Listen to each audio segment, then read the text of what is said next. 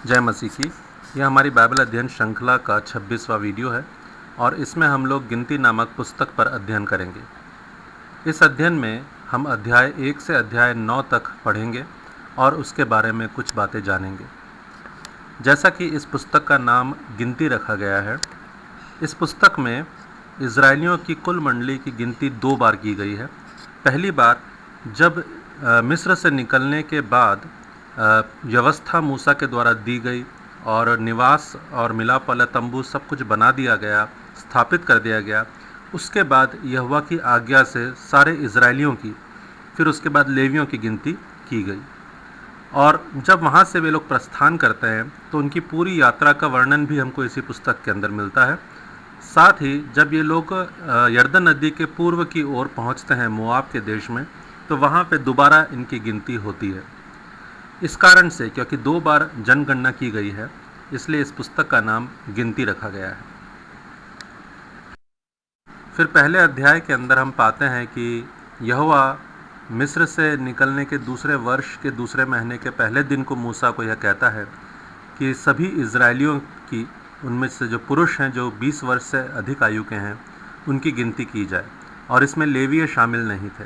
साथ ही यूसुफ के दोनों बेटों को अलग अलग गोत्र करके, क्योंकि याकूब ने कहा था कि ये मेरे बेटे ठहरेंगे, तो एप्रैम और मनश्शे को इजरायली गोत्रों के अंदर रखा गया है यूसुफ के जगह पर। हम पाते हैं कि रूबेन से लेकर के नप्ताली तक पूरे 12 गोत्र हैं जिनमें लेवीय शामिल नहीं है।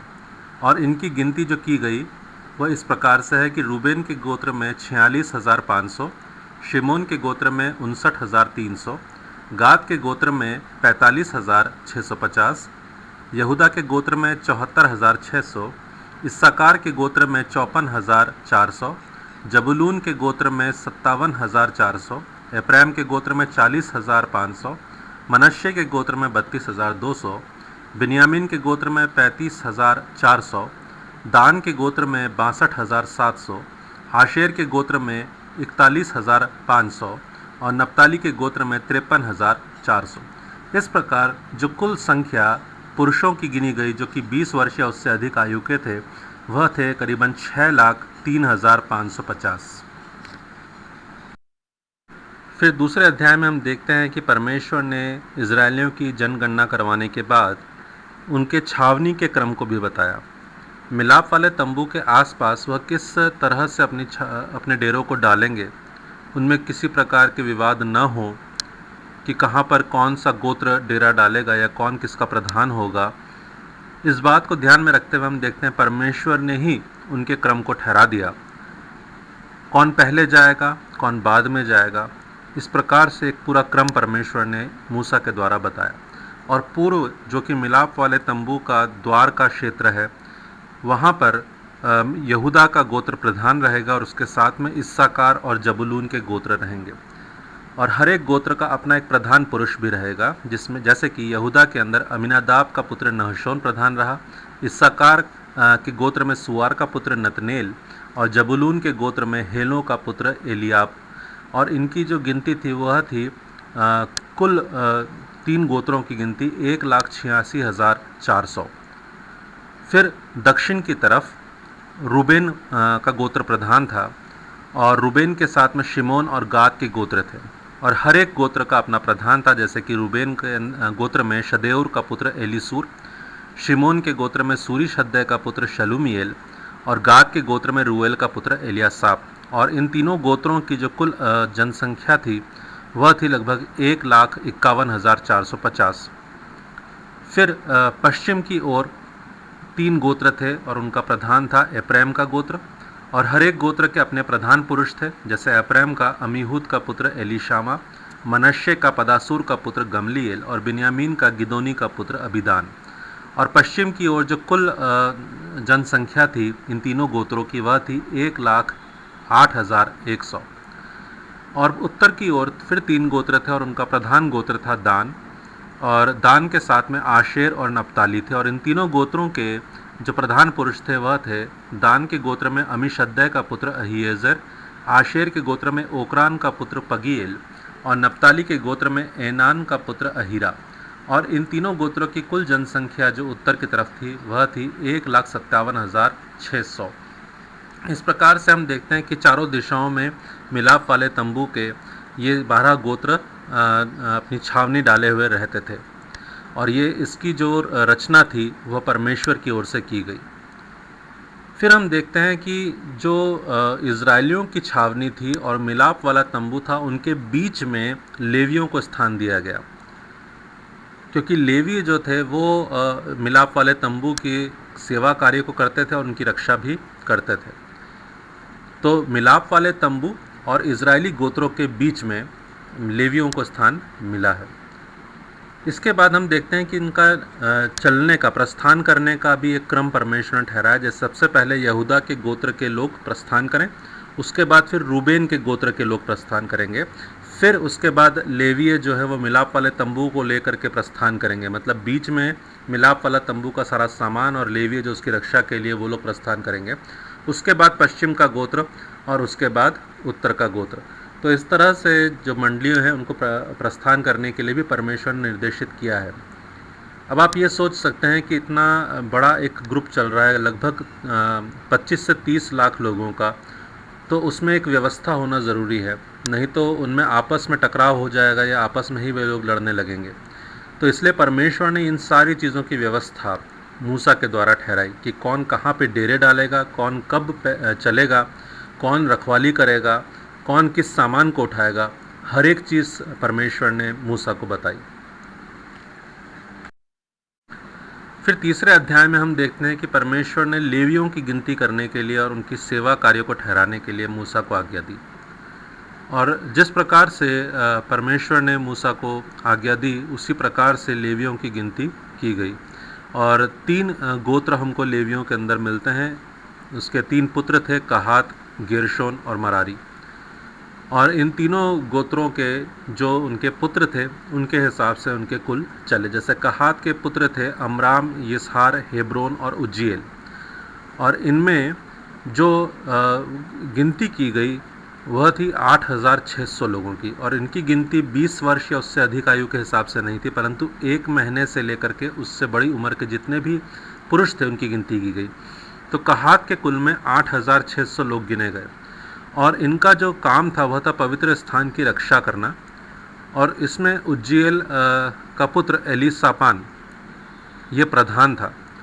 और संदूक, मेज, दीवट, वेदियाँ और पवित्र स्थान का सारा सामान और बीच वाला पर्दा, ये सब कुछ उठाने की जिम्मेदारी कहातियों की थी।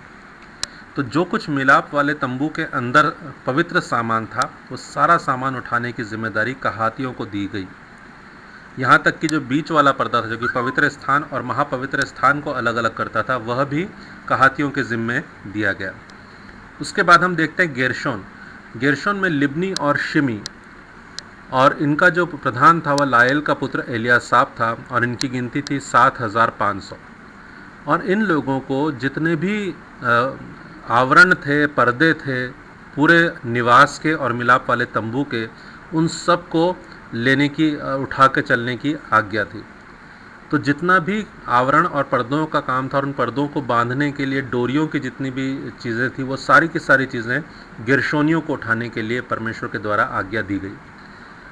और मरारी के जो पुत्र थे वह थे महली और मूशी। इन दोनों से इनका गोत्र चला। और इनमें जो प्रधान था वह अबीहैल का पुत्र सूरियल था और इनकी गिनती जो की गई वह थी 6,200। और इनको जो निवास और आंगन के जितने भी खंबे, कुर्सियाँ, बेंडे, तख्ते, खूंटे, डोरियाँ, उन खंभों को बांधने के लिए वो सारी चीज़ें उठाने का काम मरारी के वंश को दिया गया। तो कहातियों को दक्षिण की ओर, गेरशोनियों को पश्चिम की ओर और मरारियों को उत्तर की ओर रहने के लिए परमेश्वर ने निर्देशित किया।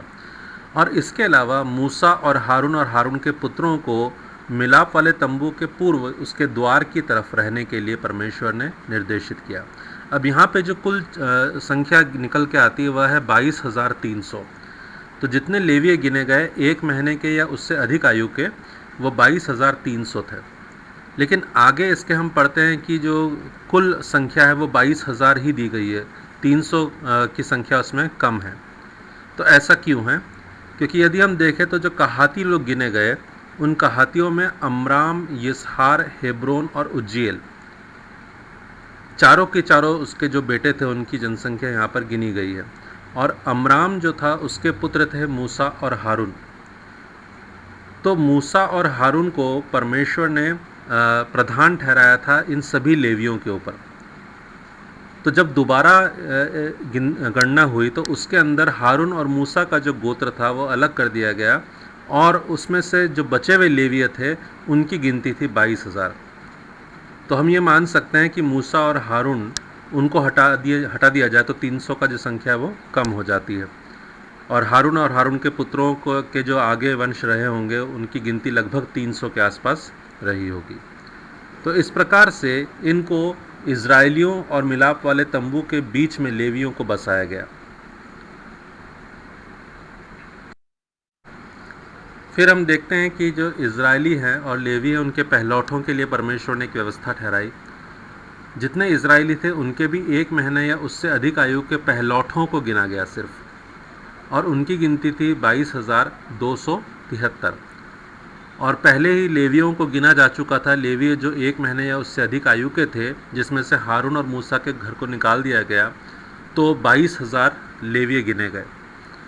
अब जो 273 इजरायली अधिक थे उनकी छुड़ौती के बदले, क्योंकि 22,000 की छुड़ौती के लिए तो लेवियों को परमेश्वर ने ले लिया, लेकिन जो 273 अधिक थे उनके बदले में परमेश्वर ने व्यवस्था दी कि हर एक पुरुष के बदले 5 शेकेल रूपा दिया जाए, और ये जो रूपा है वह हारून और उसके पुत्रों को दिया जाए। और जो रूपा हारून और उसके पुत्रों को मिला 5 शेकेल प्रति पुरुष के हिसाब से, वह था 1,365 शेकेल।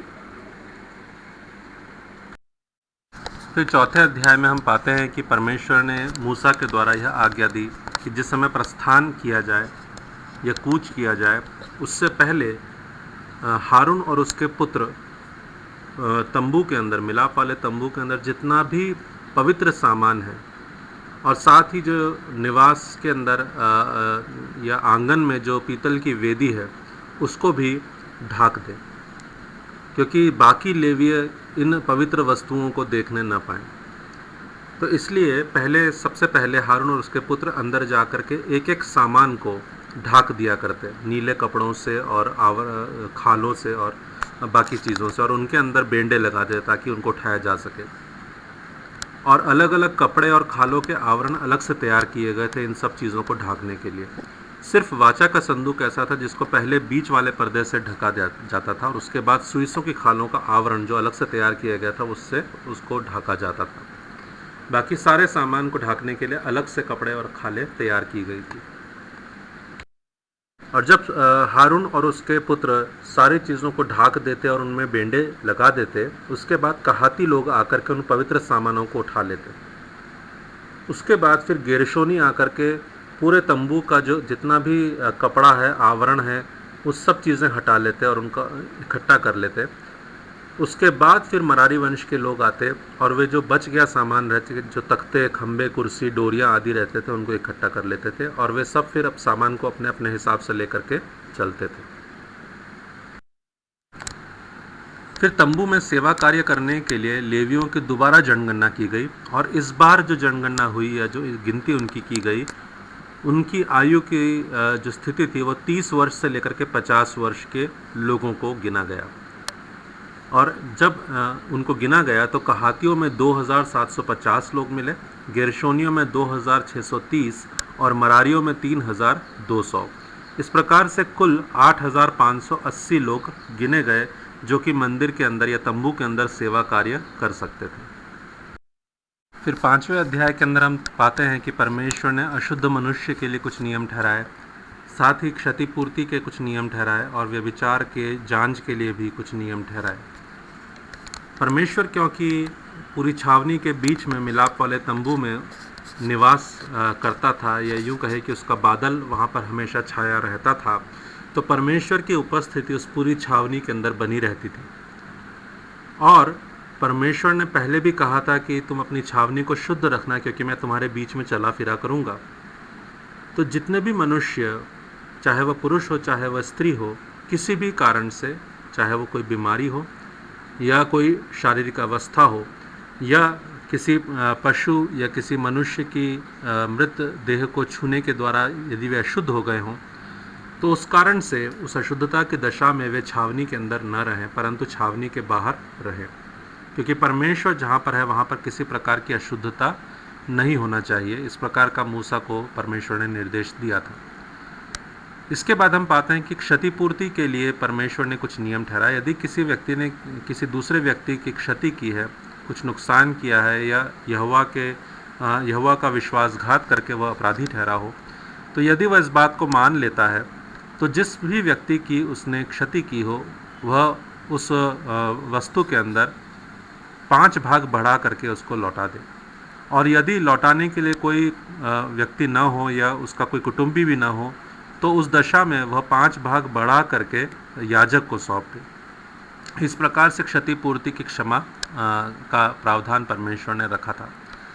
साथ ही हम पाते हैं कि यदि किसी स्त्री पर उसके पति के द्वारा व्यभिचार का संदेह हो, तो उस दशा में परमेश्वर कहता है कि उस स्त्री को याजक के समीप लाया जाए। और वहाँ पर एक पूरा नियम ठहराया गया था किस प्रकार से जल को लेकर के और उसके ऊपर आंगन की धूल को छिड़क करके और स्त्री से शपथ खिला करके उसको वह पानी पिलाया जाए।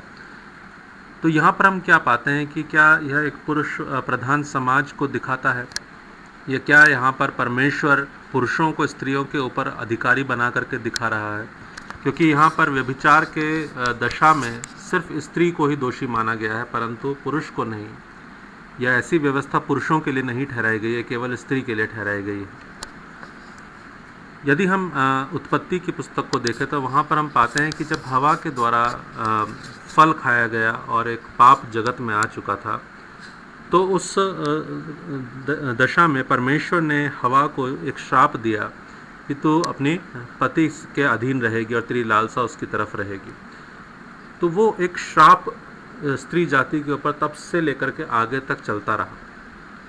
और हम उस समाज को, यदि उस पूरा पुरातन समाज को देखें तो वहाँ पर हर एक, चाहे वह इजरायली हो या चाहे किसी और जाति के भी क्यों ना हो, हर जगह पर पुरुष की प्रधानता हमको देखने को मिली, क्योंकि काफ़ी लंबे समय तक जो पुरुष की प्रधानता चलती रही।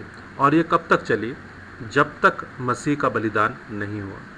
क्योंकि जब यीशु मसीह का क्रूस पर बलिदान हो गया तब सारे श्राप टूट गए और स्त्री जाति भी उस श्राप से छुटकारा पा गई।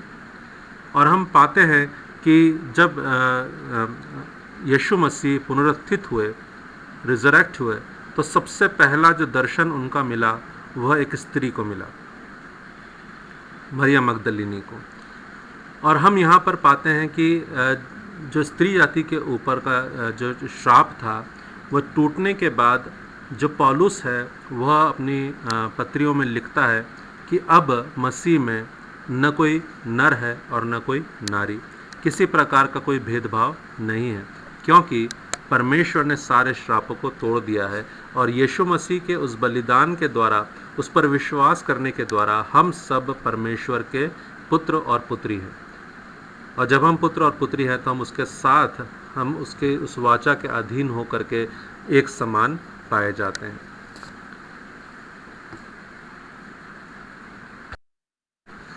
फिर 6ठे अध्याय में हम पाते हैं नाज़िरों के विषय में कुछ व्यवस्था दी गई है।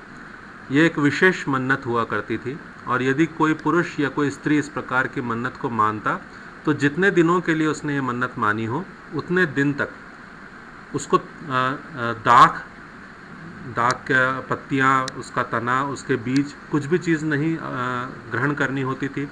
और ना ही दाख से बनी हुई किसी और प्रकार की वस्तु जैसे कि दाख मधु या सिरका, कुछ भी उसको नहीं ग्रहण करना होता था। और साथ ही उसको अपने सर पर छुरा भी नहीं, फिर मतलब अपने बालों को उसको नहीं काटना होता था। और किसी भी कारण से, किसी भी लोथ को छूने के कारण से वह अशुद्ध भी नहीं हो सकता था, क्योंकि यदि वह अशुद्ध हो जाए तो उसके पहले जितने भी दिन वो मन्नत के रहे हों उसके जीवन में, वो सारे के सारे कैंसिल हो जाते, वो सारे के सारे बेकार हो जाते और वह शून्य कहलाते। फिर उसको दोबारा से पहले दिन की तरह शुरुआत करनी पड़ती। तो इसलिए उसको अशुद्धता से भी अपने आप को बचाए रखना होता था। और जब मन्नत पूरी हो जाती तो उसको अलग अलग प्रकार की बलि चढ़ाए जाने की, जैसे कि पाप बलि, होम बलि, मेल बलि, ये सब चढ़ाने के लिए, अन्न बलि चढ़ाने के लिए परमेश्वर ने निर्देशित किया। और साथ ही जब उसका मन्नत के दिन पूरे हो जाते तो उसको अपने बालों का मुंडन कराना होता, और जो उसके बाल निकलते सर से, वह बालों को वेदी पर जलाने के लिए परमेश्वर ने, जो कि मेल बलि के नीचे उन बालों को जलाने की व्यवस्था परमेश्वर ने दी। फिर उसके बाद हम छठे अध्याय के अंत में पाते हैं कि परमेश्वर ने याजकों के लिए कुछ वचन दिए जिनके द्वारा वे इजरायली जातियों को आशीष दिया करें। और यहाँ पर हम देखते हैं कि परमेश्वर ने जो वचन दिए वो किस प्रकार से हैं। यहोवा तुझे आशीष दे और तेरी रक्षा करे, यहोवा तुझ पर अपने मुख का प्रकाश चमकाए और तुझ पर अनुग्रह करे, यहोवा अपना मुख तेरी ओर करे और तुझे शांति दे। हम हिंदी और इंग्लिश के अंदर यहोवा शब्द को तो ले सकते हैं, लेकिन जो इजरायली हैं वे यहोवा का उच्चारण नहीं करते हैं, क्योंकि यहोवा शब्द, जिसे हम याहवे भी कहते हैं, उसका सही उच्चारण किसी को भी नहीं मालूम है। और क्योंकि परमेश्वर की जो 10 आज्ञाएं, उसमें परमेश्वर ने कहा है कि तो अपने परमेश्वर का नाम व्यर्थ न लेना, तो उस आज्ञा को देखते हुए इजरायली जो है आज भी यहोवा को प्रोनाउंस नहीं करते हैं या उसका उच्चारण नहीं करते हैं। उसकी जगह पर जहाँ भी यहोवा लिखा रहता है वहाँ पर वो लोग अदोनाई बोलते हैं। अदोनाई यहोवा से मिलता जुलता शब्द है, तो इसलिए इजरायली यहोवा शब्द का उच्चारण नहीं करते हैं। पूरी बाइबल के अंदर जहाँ भी यहोवा लिखा होता है उस यहोवा को वो लोग रिप्लेस कर देते हैं अदोनाई से, पढ़ते समय उसे अदोनाई कहते हैं। और जो आशीष वचन याजकों को सौंपे गए, उन्हें इब्रानी भाषा में या हिब्रू के अंदर जो याजक थे वो किस प्रकार से बोलते थे, वो इस ब्लू कलर के या नीले रंगों में लिखा गया है और वो इस प्रकार से उच्चारित किया जाता है। यबरखा अदोनाई वयिश्मेरेखा, याएर अदोनाई पनाव एलेखा विहुन्नेका, यिशा अदोनाई पनाव एलेखा वयसम लेखा शलोम। फिर हम 7वें अध्याय के अंदर पाते हैं कि परमेश्वर ने वेदी के अभिषेक के लिए कुछ नियम बताए, कुछ बातें बताई, और उसके लिए प्रधानों से भेंट ली गई। तो जो प्रधानों से भेंट ली गई वह थी 6 छाई हुई बैलगाड़ियाँ और 12 बैल। छाई हुई बैलगाड़ियाँ मतलब जो पूरी तरह से कवर्ड है, ऊपर से ढकी हुई है। तो वो बैलगाड़ियाँ 2-2 गोत्रों के प्रधान ने मिलकर के एक एक बैलगाड़ी दी, मतलब 12 गोत्रों की तरफ से 6 बैलगाड़ियाँ मिली और हर एक गोत्र ने एक बैल दिया। तो इस प्रकार से 12 बैल इकट्ठे हुए। फिर इन गाड़ियों को गेरशोनियों और मरारी वंशियों को दिया गया, क्योंकि उनके पास जो सामान था वो तंबू का सारा सामान था जिसको उठाना उनके लिए ज़रूरी था। लेकिन कहातियों को बैलगाड़ियाँ नहीं दी गई, क्योंकि उन्हें मंदिर का पवित्र सामान उठाना था जिसे वे खुद उठाएंगे, कोई बैल या कोई पशु उनको नहीं उठाएगा। इसके बाद हर एक प्रधान ने या हर एक गोत्र के प्रधान ने अपने गोत्र के लिए तंबू के लिए कुछ विशेष सामग्रियां अर्पित करी, जैसे कि हर एक गोत्र के प्रधान ने 130 शेकेल चांदी के परात को दिया। इस प्रकार से 12 130 शेकेल चांदी के परात इकट्ठे हुए। फिर 70 शेकेल चांदी का एक कटोरा दिया, तो इस प्रकार से 12 कटोरे, और धूप से भरे हुए 10 शेकेल सोने का एक धूपदान, मतलब कि हर एक गोत्र की तरफ से एक, अर्थात 12 धूपदान मिले। और हर एक गोत्र की तरफ से होम बलि के लिए एक बछड़ा, एक मेढ़ा और 1 वर्ष की एक भेड़ी का बच्चा, ये सब दिया गया। पाप बलि के लिए 1 बकरा और मेल बलि के लिए 2 बैल, 5 मेढ़े, 5 बकरे और 1-1 वर्ष के भेड़ी के 5 बच्चे। तो इस प्रकार से हम देखते हैं कि जो होम बलि थी उसके लिए 12 बछड़े, हर एक गोत्र की तरफ से एक, मतलब 12 बछड़े, 12 मेढ़े और 1-1 वर्ष के भेड़ी के 12 बच्चे। पाप बलि के लिए 12 बकरे आए, हर एक गोत्र की तरफ से 1 बकरा। और मेल बलि के लिए हर एक गोत्र की तरफ से 2 बैल अर्थात 24 बैल, हर एक गोत्र की तरफ से 5 मेढ़े अर्थात 60 मेढ़े, हर एक गोत्र की तरफ से 5 बकरे मतलब कि 60 बकरे इकट्ठे हुए, और 1-1 वर्ष के भेड़ी के 5 बच्चे हर एक गोत्र की तरफ से, अर्थात ऐसे 60 बच्चे दिए गए। तो ये सारी भेंटें यहोवा के लिए वेदी के अभिषेक के लिए दी गई। इसके बाद हम पाते हैं कि परमेश्वर ने दिए के विषय में भी एक नियम ठहराया कि जब भी याजक दीवट के ऊपर दिए को रखें तो इस प्रकार से रखे कि जो प्रकाश है वह दीवट के सामने की तरफ रहे। परमेश्वर बहुत छोटी छोटी बातों को भी विस्तार से बताता है। एक दिए को रखने के लिए भी किस प्रकार से वह रखा जाए परमेश्वर ने निर्देशित किया है कि आपका जो दिया है दीवट के ऊपर वो इसी प्रकार से रखा जाए ताकि उसकी जो रोशनी है वह आगे की तरफ रहे। फिर हम देखते हैं कि लेवियों को शुद्ध करने के विषय में परमेश्वर ने कुछ बातें मूसा को बताई और उन्हें शुद्ध होने के लिए अपने सर्वांग मुंडन करवाना था। उनको अपने पूरे शरीर के सारे बालों को निकलवाना था और अपने वस्त्रों को धोना था। फिर उनके लिए अन्न बलि, पाप बलि और होम बलि आदि विधि के अनुसार चढ़ाए जाने के निर्देश मूसा को दिए गए और यहोवा ने लेवियों को इजरायलियों के पहलौठों के बदले में ले लिया था।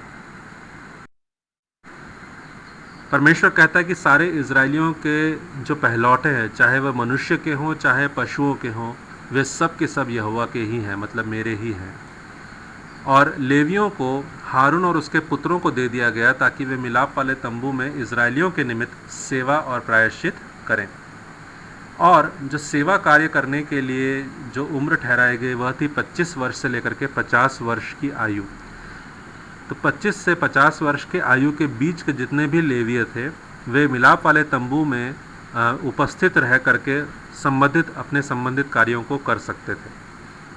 और जब वे 50 वर्ष से ऊपर की आयु के हो जाते तो उसके बाद उन्हें तंबू के भीतर उपस्थित रहने की मनाही थी। फिर वे बाहर रह करके तंबू की रक्षा करते थे। 9वें अध्याय के अंदर हम देखते हैं कि एक दूसरा फसह मनाया गया और जब दूसरा फसह मनाने का निर्देश मूसा के द्वारा दिया गया तो कुछ मनुष्य ऐसे थे जो कि किसी लोथ के कारण से अशुद्ध हो चुके थे। तो उन्होंने मूसा से पूछा कि क्या हम अशुद्ध होने के कारण से इस फसह को न मनाएं, यहोवा के पर्व को न माने। तब परमेश्वर की ओर से मूसा को यह निर्देश मिला कि यदि कोई मनुष्य दूर है या अशुद्धता की दशा में है और वह पहले महीने के 14वें दिन को फसह का पर्व नहीं मना सकता है तो वह उस फसह के पर्व को इसी विधि के अनुसार दूसरे महीने के 14 तारीख को मना सकता है या दूसरे महीने के 14वें दिन को मना सकता है। और लेकिन इस फसह को मनाना हर एक इजरायली के लिए अवश्य है और जो विधि उसको मनाने की है वो सबके लिए एक समान है, चाहे वो इजरायली हो चाहे वह परदेशी हो जो उनके बीच में रहते हैं, सब उसी विधि की तरह उसको माने। फिर जब देखते हैं कि निवास जब खड़ा हुआ तो उस निवास के ऊपर बादल छा गया और सुबह के समय तो वह बादल रहता था लेकिन शाम होने के बाद वहाँ पर आग दिखाई देती थी और शाम से लेकर के भोर होने तक वह आग वैसी ही दिखाई देती रहती थी। और इस बादल के किसी स्थान पर ठहरने या वहाँ से उठ जाने पर ही इजरायली वहाँ पर ये ठहरते या फिर प्रस्थान करते। अर्थात जब बादल ठहर जाता तो इजरायली भी ठहर जाते और जब बादल उठ जाता तब इजरायली भी प्रस्थान करते थे। और हर जगह पर अलग अलग समय के लिए बादल ठहरता या उठता है, कभी कुछ महीनों के लिए, कभी कुछ दिनों के लिए, कभी कुछ वर्षों के लिए या कभी कुछ घंटों के लिए बादल ठहरता और उठ जाया करता। और उसी के अनुसार इजरायली यहोवा के कहने के अनुसार प्रस्थान किया करते थे। तो ये बादल का उठना और ठहरना ये यहोवा की आज्ञा थी कि कब उन्हें ठहरना है और कब उन्हें प्रस्थान करना है। इसके साथ ही जो भी आज्ञा यहोवा मूसा के द्वारा इजरायलियों को देता वे उसको माना करते थे। आप सभी का धन्यवाद। परमेश्वर आप सबको आशीष दे। यदि आपको ये वीडियो पसंद आ रहे हैं तो लाइक करें और सब्सक्राइब करें और इन वीडियोस को आप अपने परिचितों के साथ शेयर कर सकते हैं ताकि उन्हें भी इसका फ़ायदा मिल सके। मसीह में आपका भाई लवित सैमसन, लिविंग वर्ड मिनिस्ट्री एवं मन्ना मिनिस्ट्री।